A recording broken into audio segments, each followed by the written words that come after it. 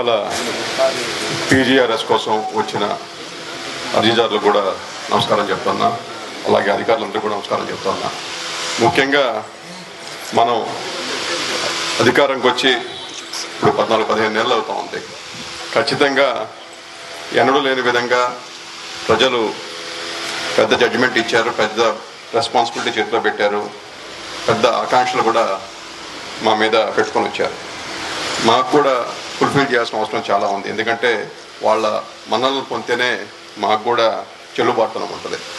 ఖచ్చితంగా పబ్లిక్లో positive aspect రావాలి, పబ్లిక్లో సాటిస్ఫాక్షన్ లెవెల్స్ పెరగాలి, పబ్లిక్ ఏదైనా సమస్యలు ఉంటే ఖచ్చితంగా దాని అంతా కూడా తీర్చిపెట్టాలి. అది మన బాధ్యత, నైతిక బాధ్యత అది. అలాగని చెప్పేసి ఫ్రివలస్గా వచ్చేదాన్ని కూడా ఎంకరేజ్ చేయమని చెప్పడం కానీ, ఏదన్నా కూడా ఇందాక చెప్తూ ఏదన్నా ఊరి సమస్యలు ఉంటే, ఊరిలో ఇబ్బందులు లేకుండా ఉంటే ఎలాంటి పనులైనా చేయడానికి నిబంధనలు లోబడే చేస్తే కూడా చాలు. నిబంధనలు అతిక్రమించి కూడా చేయాల్సిన పనిలే. నిబంధనలు లోబడి మీకు సమస్య రాకుండా రేపు రోజు ఖచ్చితంగా ఊరికి ఏదైనా మేలు చేసే కార్యక్రమం ఉంటే ఖచ్చితంగా చేయండి. ఎందుకంటే ఒక పెద్దానికి కూడా క్వీరీలు వేసుకుంటా తిప్పుకుంటా మనుషులు తిప్పుకుంటా ఉంటే మీకు అందంగా ఉండదు. అది ఏదన్నా ఖచ్చితంగా తెగేసేదానికే మీ ప్రయత్నాలు ఉండాలి. తిప్పుకుంటా ఉంటే లాభం లే. వాళ్ళు తిప్పుతున్నప్పుడు మా దగ్గరికి వస్తారు, మాకు వాళ్ళని చూస్తే బాధ వచ్చేస్తుంది. మీ దగ్గర నుంచి నేనేమి ఎక్స్పెక్ట్ చేయట్లే. ఇప్పుడు దాకా నా వాటా పంపించమని కానీ, లేకపోతే నాకేదైనా భాగం పెట్టమని కానీ, లేకపోతే నాకేదైనా చేయమని చెప్పి కానీ ఎవరికన్నా అడుగున్నానప్పుడు ఇప్పుడు అధికారులు ఎంతమంది ఉన్నారు, నా దగ్గర నుంచి అలాంటి రిక్వెస్ట్ అని వచ్చిందా? అది ఇంజనీరింగ్ డిపార్ట్మెంట్ కావచ్చు, రెవెన్యూ డిపార్ట్మెంట్ కావచ్చు, పంచాయతీరాజ్ కావచ్చు, R&B కావచ్చు, ఎవరైనా కావచ్చు. నా బేసిక్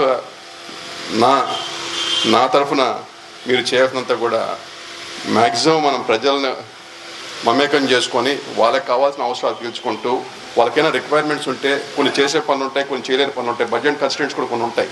ఆ బడ్జెట్ కంస్ట్రెంట్స్ ఉన్నప్పుడు కూడా మనం ప్లానింగ్ చేసుకుంటే ఖచ్చితంగా అవుతుంది. ఎన్నడూ లేని విధంగా మనం అన్ని ఊర్లో కూడా ఏదో డెవలప్మెంట్ కార్యక్రమం చేసుకుంటూ వస్తూ ఉన్నాం. ఆ డెవలప్మెంట్ కార్యక్రమాలని కూడా మనం ప్రజల అవసరాల నిమిత్తం చేసుకుంటూ వస్తే ఖచ్చితంగా మనం ఫుల్ఫిల్ చేయగలుగుతాం. అలాగే మనకి వడవలపేటలో ఎక్కువగా ఉండేది ఈ పెన్షన్ సమస్య, ఈ రెవెన్యూ సమస్యలు. ఎందుకంటే ఇక్కడ భూముల రేట్లు బాగా పెరిగిపోయే కాడికి బాగా రెవెన్యూ సమస్యలు వస్తూ ఉన్నాయి. ఇక్కడ విలేజ్ VROలకు కానీ సెక్రటరీలకు కానీ ఎప్పుడు ఇదే ఉంటుంది, మన తహసీల్దార్కి కానీ మన తహసీల్దార్ ఆఫీస్లో కానీ. దాన్ని కూడా కొంత సానుకూల దృక్పథంతో ఏదన్నా కూడా మనం చేయగలిగిన జెన్యూన్ ప్రాబ్లమ్స్ ఉంటే మటుకు నేను మళ్ళీ కూడా చెప్తాను, జెన్యూన్ ప్రాబ్లమ్స్ ఉంటే మటుకు ఖచ్చితంగా దాన్ని మనం పరిష్కారం చేసే మార్గంగా పెడతాం. లిటిగేషన్ మటుకు పెంచే పని మటుకు చేయవద్దు.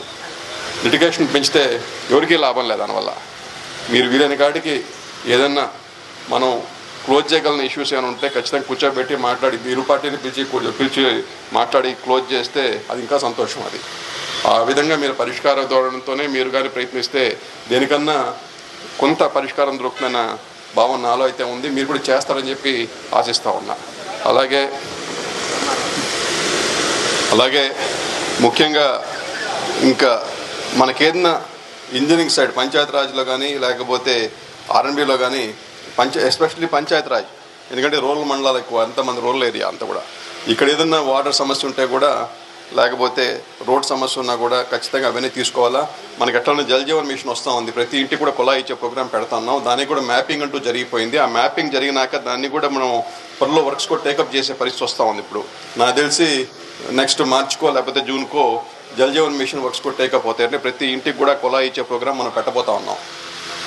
అది కూడా పెద్ద భారీ స్థాయిలో వస్తుంది. అంటే అన్ని ఊర్లు మమేకం చేసుకుంటూ వాటర్ సోర్స్ చూపించి మనం అన్ని ఏళ్ళ కూడా నీటి కుళాయిలు ఇచ్చే పరిస్థితి ఉంటుంది.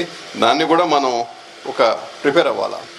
అంటే మనం వేసే బోర్లు కానీ లేకపోతే రిక్వైర్మెంట్స్ అన్నీ కానీ దాన్ని దృష్టిలో పెట్టుకొని చేయగలిగితే వేస్టేజ్ అంటూ లేకుండా మీరు చేసుకుంటూ పోవచ్చు. అలాగే ఎక్కువగా కాలువ సమస్యలు ఉన్నాయి, మురుగు కాలువ సమస్యలు ఉన్నాయి. దాన్ని కూడా మనం దృష్టిలో పెట్టుకొని ఏదన్నా ఉన్నా కూడా రిక్వైర్మెంట్స్ ఉంటే కూడా డిశ్చార్జ్కి కూడా మనం పరిష్కారం చేసే మార్గం మనకి. ఎందుకంటే ఇప్పుడు మన్రేగాలో పెట్టుకోవడానికి స్కోప్ ఉంది. ఆ స్కోప్ ఉంది కాబట్టి ఏదైనా ఉంటే కూడా తీసుకొచ్చి పెట్టండి, చేద్దాం. అలాగే కూడా నిధులతో కూడా పెట్టుకునే స్కోప్ ఉంది, అది కూడా చేసుకుంటూ రావచ్చు. ఏదన్నా బియాండ్ మీకు ఇబ్బంది అనిపించినా లేకపోతే సమస్య ఉన్నా కూడా ఖచ్చితంగా మా దృష్టికి తీసుకొస్తే వాళ్ళు కూడా పిలిచి మాట్లాడి మీకు ఇబ్బంది లేకుండా కూడా మాట్లాడి చేస్తాం. అలానా? ఓకే అండి. అంతా మీరు బాగా పనిచేస్తున్నారు, అందరూ కూడా. అందరూ కూడా బై అండ్ లార్జ్ మీరంతా కూడా కష్టపడుతున్నారు, బాగా పనిచేస్తున్నారు.